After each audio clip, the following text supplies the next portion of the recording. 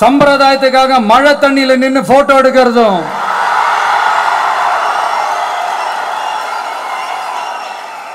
எனக்கு அதுல கொஞ்சம் கூட உடன்பாடே இல்லை. பட் என்ன பண்றது, நம்மளும் சம்பிரதாயத்துக்காக சில நேரத்தில் அந்த மாதிரி செய்ய வேண்டியதா போயிடுது.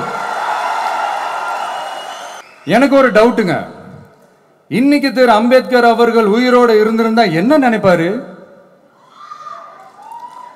இன்னைக்கு இருக்கிற நம்ம இந்தியாவை பார்த்து அவர் பெருமைப்படுவாரா, இல்ல வருத்தப்படுவாரா, இல்ல அப்படியே வருத்தப்பட்ட எதை நினைச்சு வருத்தப்படுவாரு? அம்பேத்கர் அவர்களை பத்தி யோசிக்கும் போது கண்டிப்பா சட்டம் ஒழுங்கு சமூக நீதியை பத்தி யோசிக்காம இருக்கவே முடியாது. இன்னைக்கு மணிப்பூர்ல என்ன நடக்குதுன்னு நம்ம எல்லாருக்குமே தெரியும். ஆனா அதை பத்தி கொஞ்சம் கூட அதை கண்டுக்காம ஒரு அரசு மேல இருந்து நம்மளை ஆண்டுகிட்டு இருக்கு.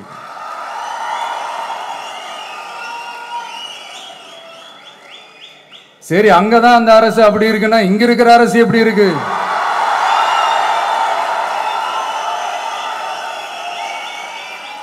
அதுதான் இதெல்லாம் இன்னைக்கு அம்பேத்கர் அவர்கள் இன்னைக்கு பார்த்தாருன்னா வெக்கப்பட்டு தலை குனிஞ்சு போவார்ல.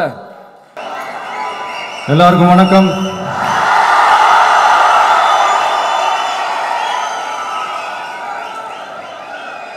அண்ணல் அம்பேத்கர் அவர்களுடைய இந்த நூல் வெளியீட்டு விழாவில் கலந்துக்கிறது, அதுவும் இந்த முக்கியமான நாளில் கலந்துக்கிறது எனக்கு கிடைச்ச மிகப்பெரிய ஒரு வரமா நான் நினைக்கிறேன்.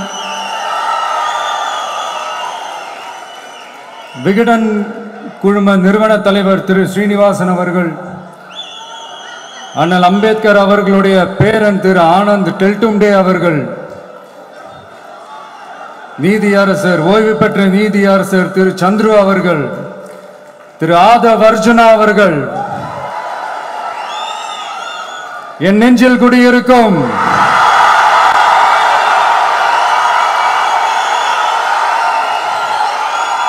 என்னுடைய நண்பா நண்பிகள், தோழா தோழிகள்,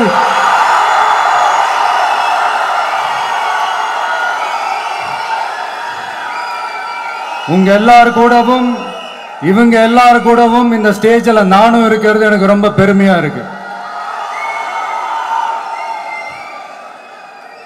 முக்கியமா இப்படி ஒரு ஃபங்க்ஷனை ஏற்பாடு பண்ணி எனக்கு அந்த வாய்ப்பை கொடுத்த விகடன் குழுமத்திற்கு என்னுடைய மனமார்ந்த நன்றிகளை தெரிவிச்சுக்கிறேன்.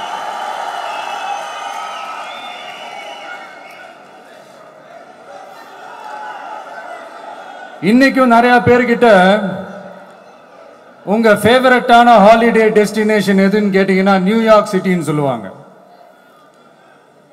ஏன்னா அங்க போய் ஒரு 2-3 நாள் தங்கிட்டு வர்றதே அது ஒரு பெரிய ஸ்டேட்டஸ் ஆகவும் ஒரு பெரிய அச்சீவ்மெண்ட் ஆகவும் நினைப்பாங்க. ஆனா 100 வருஷத்துக்கு முன்னாடியே நியூயார்க்லாம் போய் அங்க உலக புகழ் பெற்ற கொலம்பியா யூனிவர்சிட்டிலலாம் போய் படிச்சு டாக்டர் பட்டம் வாங்கி சாதிச்ச ஒரு அசாத்திய மாணவர் ஒருத்தர் இருந்தார். அது கூட பெருசு இல்ல, அவர் எந்த சூழ்நிலையில அங்க போய் படிச்சு சாதிச்சாருன்றதான் மிகப்பெரிய விஷயம். அன்னைக்கு அந்த மாணவரை, நீ இந்த சாதியில பிறந்திருக்கிற, உனக்கெல்லாம் படிக்கிறதுக்கெல்லாம் தகுதி இல்லை, நீ எல்லாம் எதுக்கு ஸ்கூலுக்கு வர, அப்படி இப்படின்ட்டு அவர் வாழ்ற சமூகமே அவரை தடுத்துச்சு. அதையும் மீறி அந்த மாணவர் பள்ளிக்கூடம் போனா சக மாணவர்களுடன் சரிசமா உட்கார்ந்து படிக்க அவருக்கு அனுமதி இல்லை. தாக எடுத்தா தண்ணி கூட குடிக்க முடியல. அப்படி அத்தனை சக்திகளும் அவருக்கு எதிராக இருந்தது. ஆனா ஒரே ஒரு சக்தி மட்டும்தான், நீ படி, எத்தனை தடைகள் வந்தாலும் படி, தொடர்ந்து படி அப்படின்னு சொல்லிக்கிட்டே இருந்தது. அதுதான் அந்த மாணவருக்குள்ள இருந்த அந்த வைராக்கியம். அந்த சின்ன வயசுல அந்த மாணவருக்குள்ள எப்படி அப்படி ஒரு வைராக்கியம் வந்துச்சு நினைச்சு பார்க்கும்போது உண்மையிலே பிரமிப்பா தான் இருந்துச்சு. அந்த வைராக்கியம் தான் அந்த மாணவரை பிற்காலத்துல இந்த நாட்டோட ஒரு தலை சிறந்த இன்டெலெக்சுவலா டிரான்ஸ்ஃபார்ம் ஆகிறதுக்கும் காரணமா இருந்துச்சு. எனக்கு தெரிஞ்ச உலக வரலாற்றிலே இப்படி ஒரு டிரான்ஸ்ஃபர்மேஷனை யாரும் பார்த்திருக்க மாட்டாங்க. அந்த மாணவர் வேற யாரும் இல்ல, நம்மளுடைய அண்ணல் அம்பேத்கர் அவர்கள் தான்.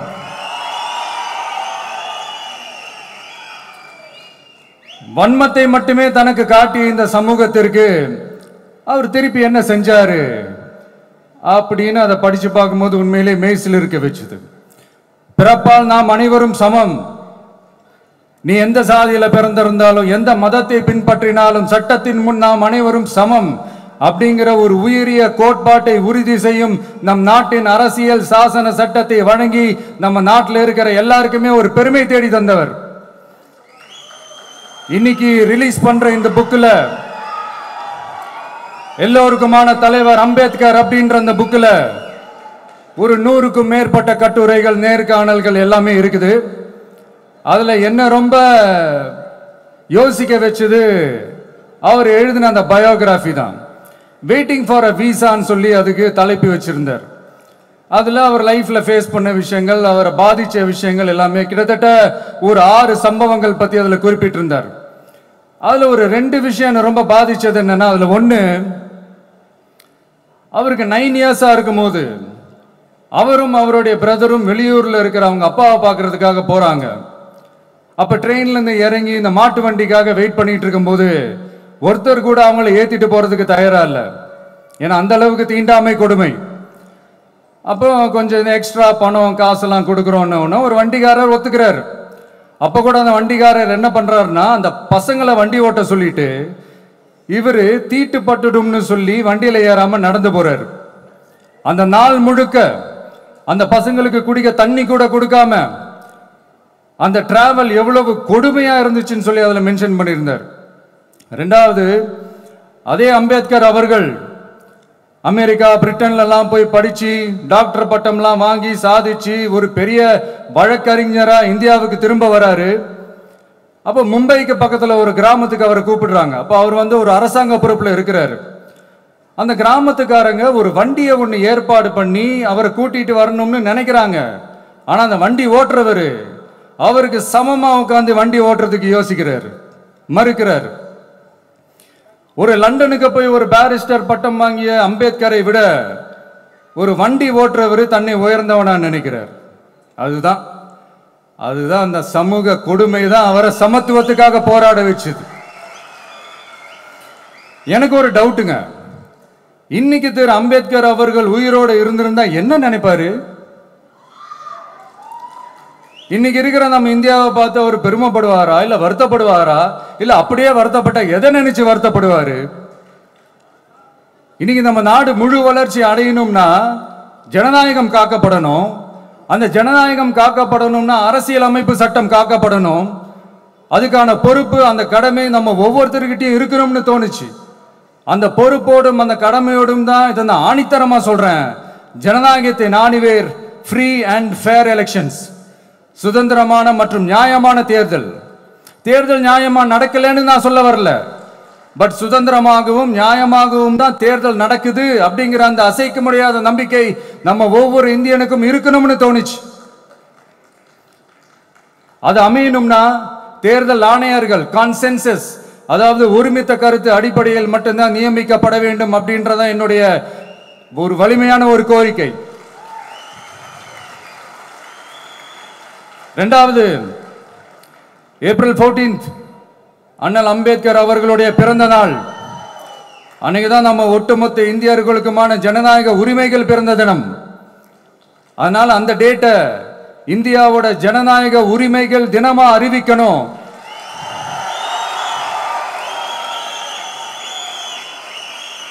அப்படின்றத என்னுடைய இன்னொரு தாழ்மையான ஒரு வேண்டுகோள். அது இந்திய ஒன்றிய அரசிடம் நான் முன்வைக்கிறேன்.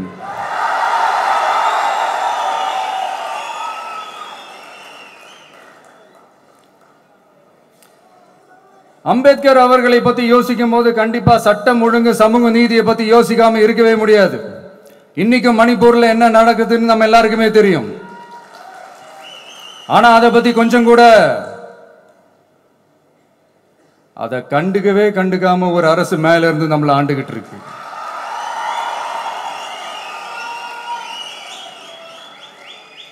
சரி, அங்கதான் அந்த அரசு அப்படி இருக்குன்னா இங்க இருக்கிற அரசு எப்படி இருக்கு?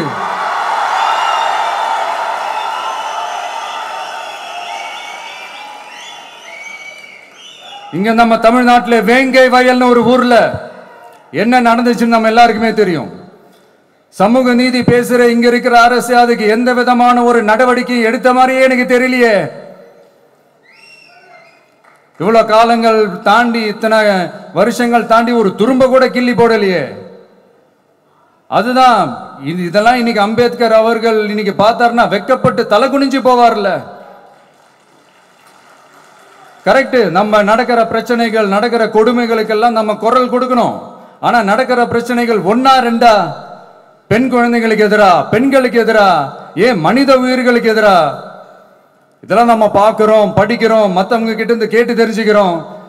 இதுக்கெல்லாம் ஒரு நிரந்தரமான ஒரு தீர்வு என்ன தெரியுமா? ரொம்ப சிம்பிள் தான். நம்ம தமிழ்நாட்டு மக்களுக்கு தேவையான அடிப்படை வசதிகளை பாதுகாப்புடன் முறையாக முழுமையாக அளிக்கும், மக்களை உண்மையாகவே நேசிக்கிற ஒரு நல்ல அரசு.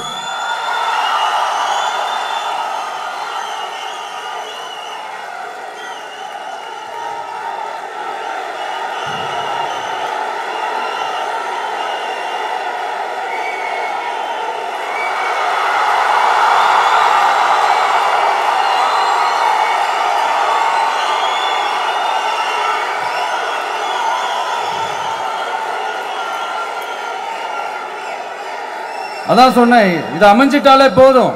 அதான் ரொம்ப சிம்பிள்னு சொன்னேன். அதனால இங்க டெய்லி நடக்கிற பிரச்சனைகளுக்கு சம்பிரதாயத்துக்காக ட்வீட் போடுறதும், சம்பிரதாயத்துக்காக அறிக்கை விடுறதும், சம்பிரதாயத்துக்காக நானும் மக்களா இருக்கிறேன் காட்டிக்கிறதும், சம்பிரதாயத்துக்காக மழை தண்ணியில நின்று போட்டோ எடுக்கிறதும்,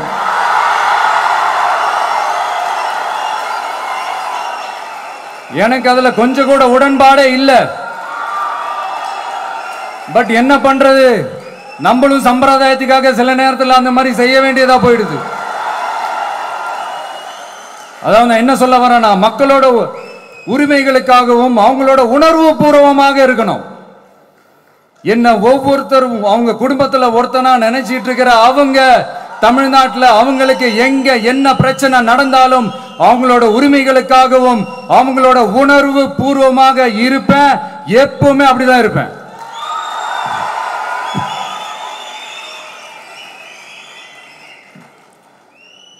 மக்கள் உணர்வுகளை மதிக்க தெரியாத, மக்களுக்கு அடிப்படை சமூக நீதியான பாதுகாப்பை கூட உறுதி செய்ய இயலாத, கூட்டணி கணக்குகளை மட்டுமே நம்பி இருமாப்புடன் 200 வெல்வோம்,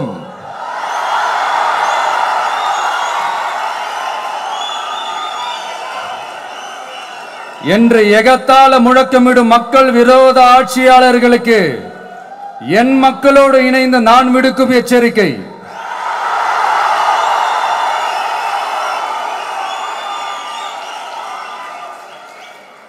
நீங்க உங்களோட சுயநலனுக்காக பல வழிகளில் பாதுகாத்து வரும் உங்கள் கூட்டணி கணக்குகள் அனைத்தும்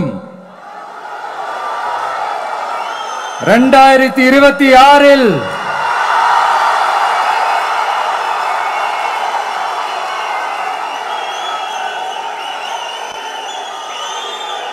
மக்களே மைனஸ் ஆக்கி விடுவார்கள். மக்களே மைனஸ் ஆக்கி விடுவார்கள். மக்களே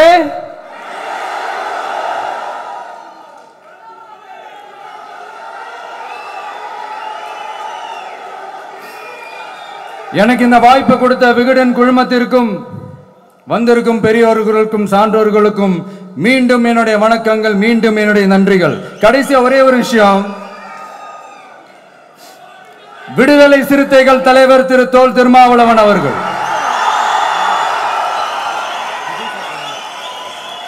அவங்களால இன்னைக்கு வர முடியாம போச்சு.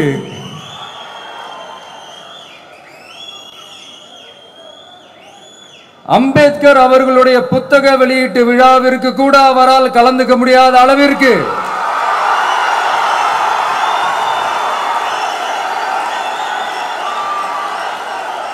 கூட்டணி கட்சிகள் சார்ந்து எவ்வளவு பிரஷர் இருக்கும் என்று என்னால் யூகிக்க முடிந்தாலும்